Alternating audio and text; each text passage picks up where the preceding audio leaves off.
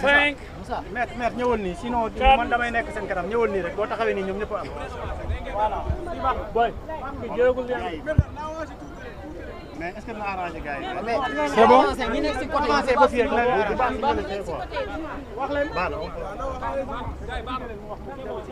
c'est bon. c'est bon. Maître, vas-y. 5, 4, 3, 2, 1, 0. Le tribunal de grande instance de Dakar, statuant en matière de flagrant délit, vient de condamner M. Moustapha Diakhaté à la peine de 2 mois ferme pour avoir utilisé le mot alkou et l'expression, pour ne pas dire le proverbe, gaalu dof du terre. Aujourd'hui, tout le débat a tourné autour de ces expressions wolof.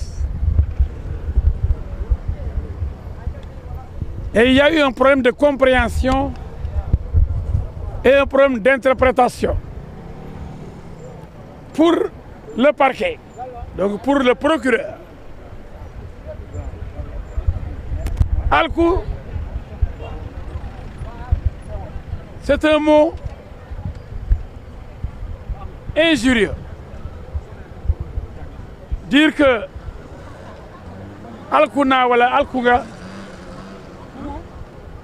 c'est insulter ou s'insulter. Alors, comme vous le savez, alkou, ça veut dire en wolof ko perte, ku sanku, ku réer, ku ñu nax. Mais pour le maître des poursuites, il tient à faire de alkou une expression, un mot injurieux, une insulte. Il est accusé d'avoir tenu des discours contraires aux bonnes mœurs, mais lui, devant le parquet, il déclare que l'acte d'accusation a été modifié. Est-ce que vous confirmez? Laissez-moi terminer. Donc, on l'a condamné pour ces expressions qui ne sont même pas comprises pour moi par le parquet. Quand il répond pour dire que quoi al correct, moi def lii, moi ku xamul li mu wax. Donc il dit que c'est celui qui ne comprend pas, qui a été dupé, qui a été arnaqué ou qui a été escroqué politiquement, seul qui peut voter pour Pastef. Mais c'est une analyse. Parce qu'il est parti du projet inexistant qui aurait été écrit par 4000 cadres. Il a dit que c'est du vent. Parce que le projet a été écrit bien après la prise du pouvoir. Et pourtant, les gens, malgré cette tromperie, sont revenus pour voter pour l'auteur de ce projet qui était du vent. Et il dit que ku al correct mooy gisu nax la ba pare nga nangu nax bi te voter ki la nax. Donc en français, c'est celui qui est dupé, qui est arnaqué, qui est trompé, qui accepte la tromperie parce qu'il ne comprend rien, parce que dafa alku. Et il dit, en faisant référence au prophète, paix et salut sur lui, et en faisant référence à Cheikh Anta Diop, ce grand savant, il dit que xam lu bon sa askan te bañ koo wax yaag muuma bu seytaane benn ngeen. Donc lui, il a cru utile d'informer, de conscientiser le peuple, une partie du peuple qui n'a rien compris et qui se fait tout le temps arnaqué, abusé, dupé. Il veut participer à l'éveil des consciences. C'est pourquoi aujourd'hui, il dérange en expliquant aux Sénégalais, en essayant de leur montrer comment on les trompe, comment on les manipule. Il dérange naturellement l'auteur des manipulations et ceux qui bénéficient de ces manipulations. Et aujourd'hui, le tribunal de Dakar a condamné M. Moustapha Diakhaté pour avoir prononcé ces mots, Galodof de terre et Alkou. Et comme vous l'avez vu, monsieur le procureur, je l'aime bien, mais il ne comprend pas bien le Wolof, même pour dire Alkou, il dit Alakou. Chaque fois qu'il prenait la parole, il dit Alakou. Je lui ai dit que monsieur le procureur, vous-même, vous ne parlez pas bien Wolof, parce qu'à la place de Alkou, vous avez passé tout votre temps pendant votre réquisitoire à ne parler d'Alakou, Alakou, Alakou au lieu de Alkou. C'est-à-dire que même vous ne comprenez même pas le Wolof. En tout cas, vous ne le comprenez pas très bien. Et tout le monde n'est pas Wolof. Moustapha Diakhaté est un Wolof pur. Un descendant de Khalima Diakhaté Kala. Ceux-là qui parlent le vrai Wolof.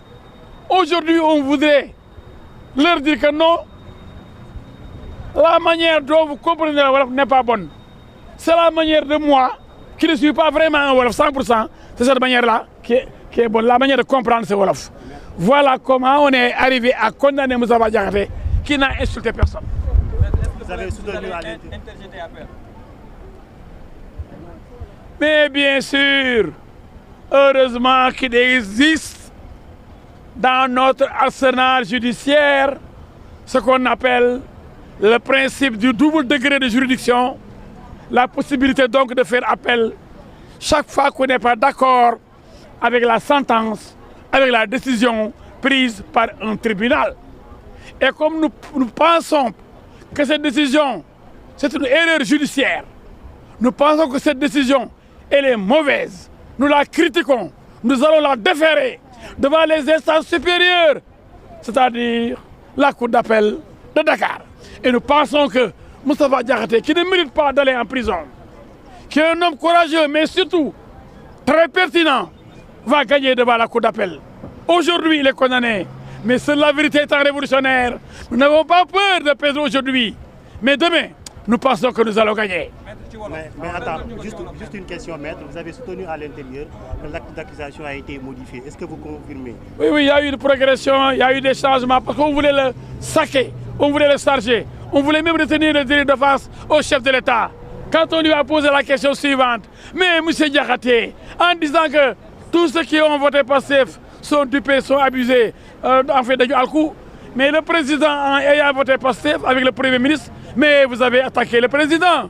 Il leur a dit, simplement, il a dit aux policiers, écoutez, le vote est en secret, je ne sais pas pour qui le président a voté. Si vous le savez, vous policiers, dites-le moi. Le policier était là, il ne pouvait plus avancer. On a essayé de lui dire que vous voulez diviser le Sénégal. Entre ceux qui sont de Pastef ou non. Il leur a dit, mais messieurs les enquêteurs, le Sénégal est déjà divisé. Les gens ne sont pas ensemble. Il y a eu plus de 300 partis politiques. À ces élections-là, il y a eu 41 listes. Donc le Sénégal est divisé. Le Sénégal n'est pas uni. Les gens n'ont pas la même position. Il n'y a pas eu d'unanimité de position, de prise de position, une unanimité dans le choix. C'est une affaire purement politique. C'est une affaire purement politique. Et je l'ai dit devant le tribunal, tout était politique. C'est des noms de Premier ministre, des noms de président, des électeurs, comment on vote, pourquoi vous avez dit ça, vous voulez diviser le Sénégal. On a tout fait, vraiment. Mais vous avez été là à l'audience. Quand on veut condamner, on condamne. Mais nous sommes à l'aise. Parce que la conscience de Moustapha Diakhaté est tranquille. Moustapha Diakhaté, il a la conscience tranquille. Et il avait averti sa famille. Il est prêt à mourir, à ne plus revoir sa famille. Parce que c'est un homme engagé au service de son peuple. Et il dit, il ne cherche pas de poste. Il ne briguera jamais de poste, plus de poste dans ce pays. Mais il sera là comme sentinelle de la démocratie. Il sera là pour faire face, pour l'éveil du peuple, pour qu'on ne trompe plus ce peuple de jeunes, des jeunes qui n'ont rien compris, pour la plupart analphabètes et ignorants voilà. ñaari weer lañ ko daal di daan nga nekk avocat ban jàngat nga ci def.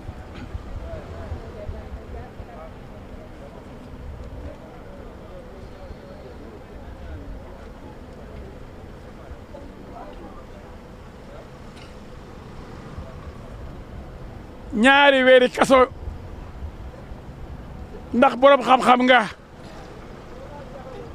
ci ni nga xamee ñeneen ñi xamee wuñ noonu waaye léegi Sénégal de mën nga wax benn wax ñu ne waroo koo wax dañ lay tëj ñu ne la wax bi saaga la ñu ne alku saaga la alku mooy ku sànku ku perte ku sa portable réer nga bàyyi ko ci taxi dem sa kër yeeg yee sànku naa wuy alku naa sama téléphone bi sama yëpp ci la nekk est-ce que da nga saaga sa bopp da ngaa perte wuy alku naa wuy suma jabar bàyyi na ma moom laa yaakaaroon léegi nobatu ma wuy alku naa fan laa jëmati wuy sama doom ji ma yaakaaroon jóge na fi dee na te moom ma yore woon wuy alku naa mais qu'est-ce qui est injurié lan moo ci nekk saaga waaye man Sénégal dama jommi alku daal lañ tudd ngi ne wuy nañ ko jàpp tëj nee na ñi wotal Pastef dañoo alku kon dafa saaga waa Pastef loolu da lañ wax moom nag nee na ñi wotal Pastef mooy ñi nga xam ne da leen a yërëm mooy da leen a nax ñu leen projet bi bañ gëm ko di ci dee bañ fal waa Pastef ñu ñëw ca nguur gi dégg nañu ngi soog a bindu projet bi di ko bind ba temps yi lañ pare mu ne malgré tout ça nax bi leen nax ñëw watay waa teer ña la naxoon ki leen waxoon ni dafa feebar ba def grève de la faim leen dama leen doon nax ma dama doon caaxaan malgré ça ñëw watay waataat ko mu ne waaw réew mi naka réew mi ñii alku wuñu ndax ko alku rek la ñuy nax mu nangu ñu nax ko naxaat ko mu nangu jaay ko projet bu amul nee na ngelaw la woon du vent ñu dem conseil de nañ bindal projet bi nañ bind projet ko projet mosul am waaye nga woteelaat kooku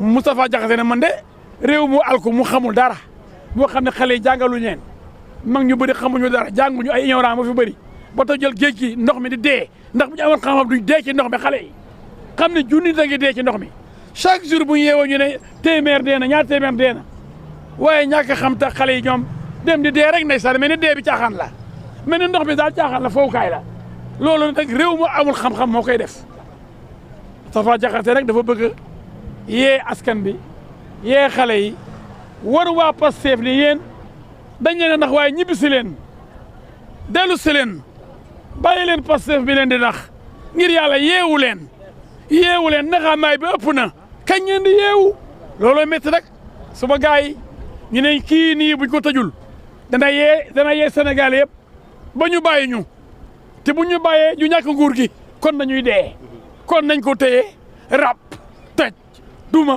ëllëg keneen ko bëgg a yee Sénégal yi lu ma fi wax dina ma jàpp loolu nag mënul am loolu léegi moo am mais dinañ def appel parce que ñaari weeri kaso pour benn cadre ancien ministre ancien député ancien président groupe parlementaire Benno Bokk Yaakaar ancien banquier de la BCEAO am xel am xam-xam Cheikh Anta Diop formé ko RND mu dégg olof dégg ngeen leen toujours boo wax ñuy wax seen affaire yi loolu day wane ni yaruñu seen waa xale yi xale yu yaru daawoo ñu mel nii waaye ku xamul dara képp nekk seen bopp yi ñooy wër di wax gis leen de yéen a déggati ñoom daal maandu du ma leen faal dama lay wax si yàlla moo leen weer lii lañ bëgg ñoom Moustapha Diakhaté rek lii la bañ yee xale yi les ignorants les moutons les manipulés loolu la Moustapha Diakhaté bañ ñu ne ko rek ba bàyyi ñu suñu xale yi xamul dara suñu xale yi bu leen yee boo leen naree yee tëj la ñaari weer kon dinañ def appel bu demee coup d'appel gëm nañu dinañ gagné gëm nañ ni coup d'appel tax suñu yoon moo ñu may boo buñ la attee te d'accorduloo ngay yéeg ci kaw du dëgg boo yéegee ci kaw ñu xoolaat ni waaye kii de alku la wax ak gaalu daf tu teer ñaar yooyu de boo tax ñu jàpp ko tëj ko Sénégal fu ñu jëm ku fi waxate alku ñu yóbbu la prison dama taxaw biir tribunal bi may plaider ma ne soo ba xarit Ibrahima Mbengue met Ibrahima Mbengue yow da nga alku mu ne ma non xanaa ko saagawu ma ko nee naa ko da nga alku yow Ibrahima Mbengue xanaa xam ne ko saagawu ma ko mais acte d'accusation yow alku nga mu ne ma non hélas ma ne ko dama laa saaga mu ne saagawoo ma exemple bu gën a leer noonu mën naa am pour dire que alku du saaga dama ne maître Ibrahima Mbengue avocat yéen a ngi ci salle bi maître Mbengue yow da ngaa alku yow mii boo masul da ngaa alku est-ce que dama laa saaga mu ne non loolu saaga woo ma di alaaji ma ne procureur déggal lii yow mi ne alku kooku wax ni da kaa saaga damaa fàtte sama portable sama kër wala sama taxi ni wuy alku naa fàtte naa portable yi da ngaa saaga sa bopp kon gaa la tontu teer mooy li nga defoon defaat ko ndax xamuloo dara ba léegi yaa ngi dem di tëjëx tëjëxi rek ñu ne na loolu aussi da ngaa saaga nit ñi ndax dafa contraire aux bonnes mœurs ah loolu waru ko wax ci parce que dañ koy aay ko wax loolu dañ koy aay ci réew mi gaa def teer dañ koy aay gars yi tey laa jommi tey maa jommi dëgg nag tey. maître da nga ne affaire bi c'est purement politique. waaw bu may way tamit yow bu dul politique lan la. bu dul politique lan la. tudd nañ ci président tudd ci premier ministre jéem nañ ko dugal sax ni ko way ndax président comme moom Pastef la bokk boo nee ñi wote yëpp ñi wotee woon dañoo alku kon président moom mi woteel Pastef xanaa daa alku Moustapha Diakhaté man leen man de au Sénégal le vote est secret kenn xamul ku ne koo woteel yow nag alkaati bi ma laaj bu fekkee ni xam nga Bassirou Diomaye ki mu woteel wax ma ko bu dee yaa xam ne yaa demoon ci isoloir bi muy dugal ci enveloppe bi yaa ko fekkee wax ma ko yow loolu yëpp da nga bëggoon dugal ci ay offense au chef de l'État jéem lañ ko dugal fu ne ni ko da ngaa bëgg a xaaj Sénégal ñaar mu ne Sénégal xaaj na ba pare ñii jaar nañ nii jëm nañ ni ñëpp ànduñu ñëpp nekkuñu ay julit ñëpp nekkuñu ay tijaan ñëpp bokkuñu parti politique ñëpp ànduñu di def li ñuy def élection yi amoon na ñeent fukki liste ak benn kon Sénégal nekk benn bopp rek ñëpp ànd bëggandoo lépp xalaatandoo bokk xam-xam amul ndax am na Sénégal boo xam ne yeewul xamul dara xale yu bëri lañ ndax ñoo ëpp ci population bi man bëgg leen a yee nag ndax kenn du leen jëlee te di leen utiliser ñuy dee di dee ñuy compter ay dee buñ paree fu ñu leen bëgg a jaarlu ñu jaar fa di mbow di sap di mbow dem ba duñ niroo ci nit mu ne lii metti na di man Moustapha Diakhaté naa yee sama askan bi naa leen yee ndax ñu yeewu ngir yàlla loolu day tax ñu tëj ko ñu ne ko li nga waroo ko wax ñaari weer yoo xam ni da nga koy tëdd par force 2 mois ferme waaye yàlla baax na yàlla jeexul dinañ dem appel te bu demee appel dañuy gagné bu neexee yàlla parce que dëgg mooy mujj.